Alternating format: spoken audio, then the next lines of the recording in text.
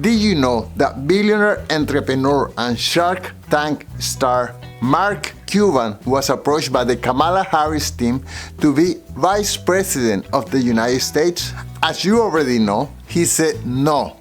The only dumb person who accepted that position was Tim Walz.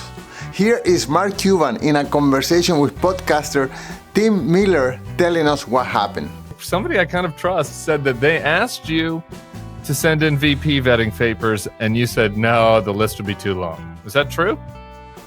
It is true. Why didn't you consider? I mean, you ended out there campaigning with our advisor. Well, the second part of that, my response was, I'm not very good as the number two person.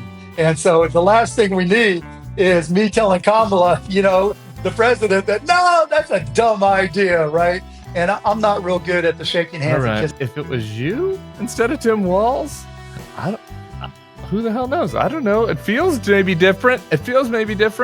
I mean, obviously it would have been different. My personality is completely different than Tim's. My experiences, my backgrounds are completely different.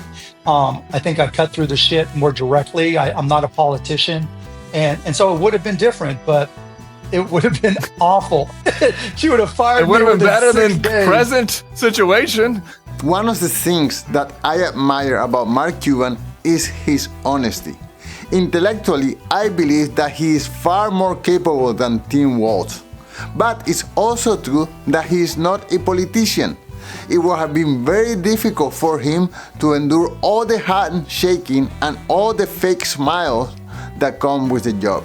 That said, it's important to recognize that the Democratic Party is in desperate need for real leadership and a unifying message. So far, no competent person seems willing to take the leadership role, and their current message appears to be yes to men and girls sports, yes to protected illegal aliens, and yes to gender transitions for minors. If the Democratic Party wants to stay relevant, it needs a strong leadership and a message that resonates with the majority of Americans. So what do you think?